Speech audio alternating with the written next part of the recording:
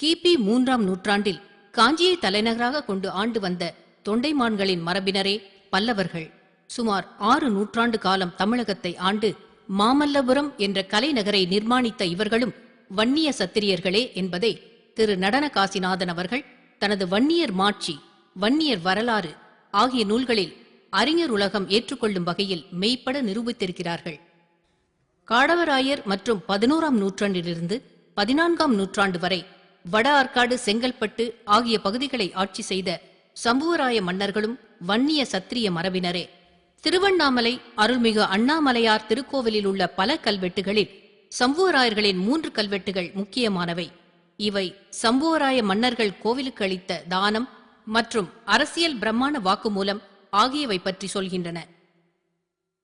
கிபி 16ஆம் நூற்றாண்டிலிருந்து உடையார்பாளையம், பிச்சாவரம், அரியலூர், மயிலாடுதுறை, முகாசாபரூர், ஊத்தங்கால், வடகால், சோத்தமங்கலம், ஓலையாம்புதூர், கீழூர், கடலங்குடி, குறிச்சி, குன்னத்தூர் போன்ற இடங்களில் வன்னிய ஜமீன்களும் பாளையக்காரர்களும் மிக சிறப்பாக ஆட்சி புரிந்திருப்பது அவர்கள் ஆவணங்களிலிருந்து தெரிய வருகிறது.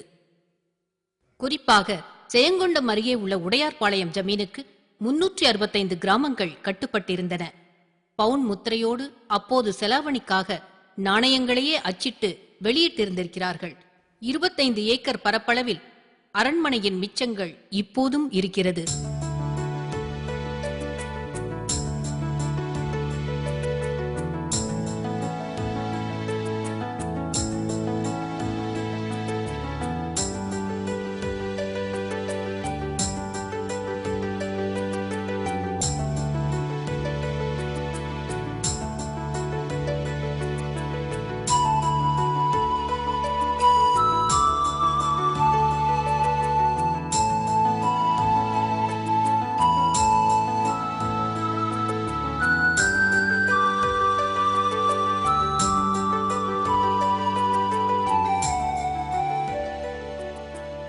இதைப்போல அரியலூர் ஜமீன், பூம்புகாரை தலைநகராக செயல்பட்ட வடகால் ஜமீன், திருமுல்லைவாயில் காரைக்கால் பகுதிகளை நிர்வகித்த வேட்டங்குடி ஜமீன், பிச்சாவரம் ஜமீன் ஆகியவை ஆண்ட பரம்பரையாய் வன்னியர் இருந்ததற்கு அடையாள சான்றுகள்.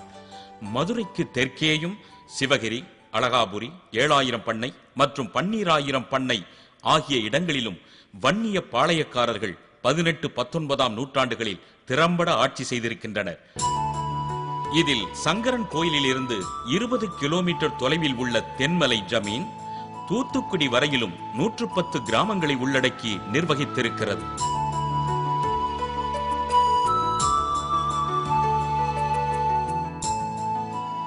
கிபி 1754இல் சிவகிரி பாளையக்காரரான வரகுண ராம சங்கர பாண்டிய வன்னியர் ராசிங்க பேரேரி, குளம், கால்வாய், உப்பளம் போன்றவற்றை ஏற்படுத்தி தந்தது பற்றி கல்வெட்டு தகவல் ஒன்று தெரிவிக்கிறது.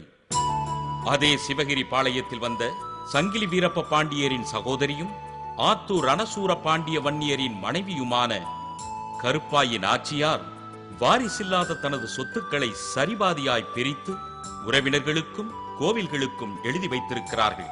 ராயகிரி, சிவகிரி, ராசிங்க பேரேரி, செங்குளம், கோனார்குளம் ஆகிய பகுதிகளில் நஞ்சை புஞ்சை உள்ளிட்ட அந்த 1000 ஏக்கர் நிலம் தற்போது இந்து சமய அறநிலையத்துறை பொறுப்பில் இருக்கிறது. இவ்விதமாய் கிமு 3ஆம் நூற்றாண்டு தொடங்கி கிபி 20ஆம் நூற்றாண்டு வரை 2300 ஆண்டு காலம் தொடர்ந்து தமிழ் நிலத்தில் ஒரு கணிசமான பகுதியை ஆண்ட பெருமை உடையது வன்னிய பரம்பரை. வன்னிய அரசர்களின் கொடைவளம் பற்றி திருக்கை வளம் என்ற சிற்றிலக்கியம் கூறுகிறது. கடல் கடந்தும் வன்னியர்கள் நாடாண்டார்கள் என்பதை ஈழத்து இலக்கியங்களான கைலாய மாலை, வையா பாடல், யாழ்ப்பாண வைபவ மாலை ஆகியவை தெரிவிக்கின்றன.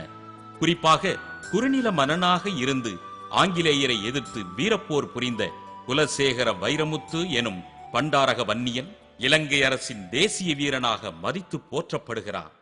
சென்னை என்கிற இப்போதைய தமிழக தலைநகரம் சென்னியப்ப நாயக்கர் எனும் வன்னியர் ஒருவருக்குத்தான் சொந்தமாக இருந்தது. 1634இல் பிரிட்டிஷாரின் கிழக்கிந்திய கம்பெனி இவரிடமிருந்து சென்னை பகுதிகளை குத்தகைக்கு எடுத்து செயின்ட் ஜார்ஜ் கோட்டையை நிர்மாணித்தது. முதலில் சென்னியப்ப நாயக்கன் பட்டணம் என்றே இருந்து பின் சென்னை என்று பெயர் மாறியது.